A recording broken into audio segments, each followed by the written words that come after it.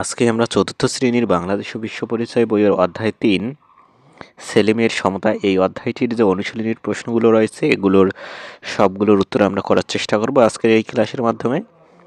এখানে অনুশীলনীর যে সব প্রশ্নগুলো রয়েছে সেগুলোর উত্তর আমাদের হয়ে যাবে। তো ক নম্বরে কী আছে আমরা একটু দেখে নিই। ক নম্বর প্রশ্নটি হচ্ছে সঠিক শব্দ দিয়ে শূন্যস্থান পূরণ করো। এখানে আমরা দেখতে পাচ্ছি যে আমাদেরকে 1 থেকে 3 পর্যন্ত 3টি শূন্যস্থান দিয়েছে। এই শূন্যস্থানগুলো আমাদেরকে উপরে যে আমরা ছেলেমেয়ের সমতা এই অধ্যায়টি আমরা খুব সুন্দর গত ক্লাসে আমি অধ্যায়ের ভিতরের কাজগুলো নিয়ে আলোচনা করেছি। যারা গত ক্লাসটি করেনি তারা ডেসক্রিপশন বক্সের লিঙ্ক থেকে করে নেবে। তো আমরা যদি সুন্দরভাবে এই অধ্যায়টি পড়ি তাহলে কিন্তু এই শূন্যস্থানগুলো আমরা বিষয়টি বুঝতে পারবো। তো ক নম্বর বা 1 নম্বর শূন্যস্থানটি হচ্ছে বিভিন্ন কাজে সমান অংশগ্রহণের সুযোগ সুবিধাই ছেলেমেয়ের। এখানে আমরা দিব খালি ঘরে সমতা। বিভিন্ন কাজে সমান অংশগ্রহণের সুযোগ সুবিধাই ছেলেমেয়ের সমতা। এরপর 2 নম্বর শূন্যস্থানটি হচ্ছে কৃষিতে নারী ও পুরুষ উভয়েরই কাজ করার সমান ড্যাশ রয়েছে। এটা আমরা দিব অধিকার রয়েছে। কৃষিতে নারী ও পুরুষ উভয়ের কাজ করার সমান ড্যাশ রয়েছে, আমরা দেব কি অধিকার রয়েছে।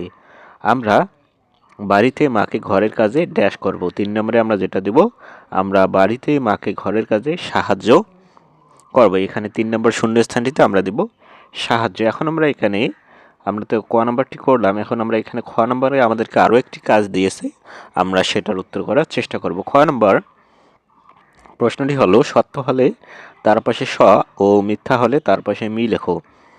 মানে দেখো এখানে 1 থেকে 4 পর্যন্ত 4টি আমাদেরকে বাক্য দিয়েছে। উপরের যে অধ্যায়টি পড়লাম সেটার আলোকে এই বাক্যগুলো পড়ে আমাদের যেটাকে মনে হবে যে এই বাক্যটি সঠিক বা শুদ্ধ সেটার পাশে আমরা স লিখব, আর যেটার মনে হবে মিথ্যা সেটার পাশে আমরা মি লিখব। তো আমরা একটা একটা করে বাক্য পড়ি এবং তারপর দেখি সেটা সত্য না মিথ্যা। তো 1 নম্বর বাক্যটি হচ্ছে পারিবারিক সিদ্ধান্ত নেওয়ার ক্ষেত্রে মেয়েদের মতামত নেওয়ার প্রয়োজন নেই। তো এটা হচ্ছে মিথ্যা, কারণ আমরা দেখেছি যে পারিবারিক সিদ্ধান্ত বা যে কোনো সিদ্ধান্তই ছেলে ও মেয়ে উভয়ের মতামতেই নিতে হয়। তাহলে এটা আমরা কি লিখব, মি। এরপর 2 নম্বর একই কাজে নারী পুরুষকে সমান মজুরি দিলে সমতাভিত্তিক আচরণ প্রতিষ্ঠিত হয়। তো এটা আমরা লিখব স, কারণ নারী ও পুরুষের সমান মজুরি এটাই কিন্তু একটা সমতাভিত্তিক আচরণের বৈশিষ্ট্য। 3 নম্বর ক্লাস ক্যাপ্টেন নির্বাচনে ছেলে ও মেয়ের উভয়কেই সমান গুরুত্ব দেওয়া প্রয়োজন। এটাও আমরা লিখব কি, স লিখব। ক্লাস ক্যাপ্টেন নির্বাচনে ছেলে ও মেয়ে উভয়কেই সমান গুরুত্ব দিতে হয়, আমরা লিখব স। এরপর 4 নম্বরে আমরা যেটা লিখব, কোনো কাজে ছেলে ও মেয়ে একই সাথে অংশগ্রহণ করলে পারস্পরিক সম্মান ও শ্রদ্ধা বৃদ্ধি পায়। এটাও আমরা স লিখব, কারণ সমতাভিত্তিক শিক্ষণের আরও একটি গুরুত্বপূর্ণ বিষয় হচ্ছে কোনো কাজে ছেলে ও মেয়ে একই সাথে অংশগ্রহণ করলে পারস্পরিক সম্মান ও শ্রদ্ধা বৃদ্ধি পায়। তাহলে আমরা এই খ নম্বরটা কি দেব, স দেব। ক্ষয়ের 4 নম্বরটা আমরা দেব স। তো এখন আমরা ঘ এবং ঘ নম্বর যে আমাদের প্রশ্ন দিয়েছে সেগুলোর উত্তর নিয়ে আলোচনা করব। এখানে গ নম্বরে দিয়েছে সংক্ষিপ্ত প্রশ্ন, 2টি প্রশ্ন দিয়েছে। একটা হচ্ছে ছেলে মেয়ের অসমতার 3টি ক্ষেত্রের নাম লিখো, আর একটা হচ্ছে পরিবার ও সমাজে কিভাবে ছেলে মেয়ের অসমতা গড়ে ওঠে। আর এখানে রয়েছে ঘ নম্বর বর্ণনামূলক প্রশ্ন। একটা প্রশ্ন হচ্ছে ছেলে মেয়ের অসমতার প্রভাবগুলো লেখো, আর একটা হচ্ছে পরিবারের ছেলে ও মেয়ে সমতাভিত্তিক আচরণ প্রতিষ্ঠায় তোমার করণীয় বর্ণনা করো। তো প্রথমেই আমরা গ নম্বর প্রশ্নের উত্তরগুলো দেখব, তারপর আমরা ঘ নম্বর যে প্রশ্নগুলো রয়েছে সেগুলোর উত্তর দেখার চেষ্টা করব। নম্বর সংক্ষিপ্ত প্রশ্নের প্রথম প্রশ্নটি ছিল ছেলে ও মেয়ের অসমতার 3টি ক্ষেত্রের নাম লিখো। তো আমরা এটার উত্তর হিসেবে লিখব ছেলে মেয়ের অসমতার 3টি ক্ষেত্র হলো, একটা হচ্ছে পারিবারিক সিদ্ধান্ত গ্রহণ, শিক্ষার সুযোগ লাভ, এবং একটা হচ্ছে কাজের মজুরি নির্ধারণ। এই 3টা ক্ষেত্রে ছেলে ও মেয়ের অসমতার দেখা যায়। এটাই হচ্ছে ক্ষেত্র, 3টা ক্ষেত্রে ছেলে ও মেয়েদের অসমতা দেখা যায়। এরপর দেখো 2 নম্বর পরিবার ও সমাজে কিভাবে ছেলে ও মেয়ের অসমতা গড়ে ওঠে। তো এটার উত্তর হিসেবে আমরা দেব পরিবার যখন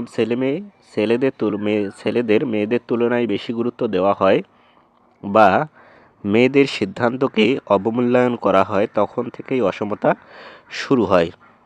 সমাজে যখন একই ধরনের কাজের জন্য নারীদের পুরুষের চেয়ে কম মজুরি দেওয়া হয়, নারীদের বাইরে কোনো কাজে নিরুৎসাহিত করা হয়, তখন এই অসমতা আরও প্রকট হয়ে ওঠে। তো এটাই হচ্ছে মূলত তোমাদের সংক্ষিপ্ত প্রশ্নগুলোর উত্তর। এখন আমরা এখানে যে বর্ণনামূলক প্রশ্নগুলো রয়েছে সেগুলোর উত্তর নিয়ে আলোচনা করব। তো ঘ নম্বরের প্রথম প্রশ্নটি ছিল ছেলে ও মেয়ের অসমতার প্রভাবগুলো লেখো। তো এটার উত্তর হিসেবে আমরা দেব ছেলে ও মেয়ের অসমতার ফলে সমাজে নানা নেতিবাচক প্রভাব, যেমন নারীরা আত্মবিশ্বাসের অভাবে ভোগে এবং জাতীয় উন্নয়নে পিছিয়ে পড়ে। এরপরে তোমরা যেটা দিবে সেটা হচ্ছে পরিবারে অশান্তি ও বৈষম্য সৃষ্টি হয়। এরপরে যেটা দিতে পারো সেটা হচ্ছে দেশের অর্থনৈতিক প্রবৃদ্ধি বাধাগ্রস্ত হয়, কারণ জনসংখ্যার একটি বিশাল অংশ শ্রমবাজার থেকে বিচ্যুত হয়ে থাকে। পারস্পরিক শ্রদ্ধা ও সহমর্মিতার পরিবেশ নষ্ট হয়। এইভাবেই তোমরা এই যে বর্ণনামূলক প্রশ্নের 1 নম্বর প্রশ্নের উত্তরটি রয়েছে সেটা তোমরা দিতে পারো। এরপর দেখো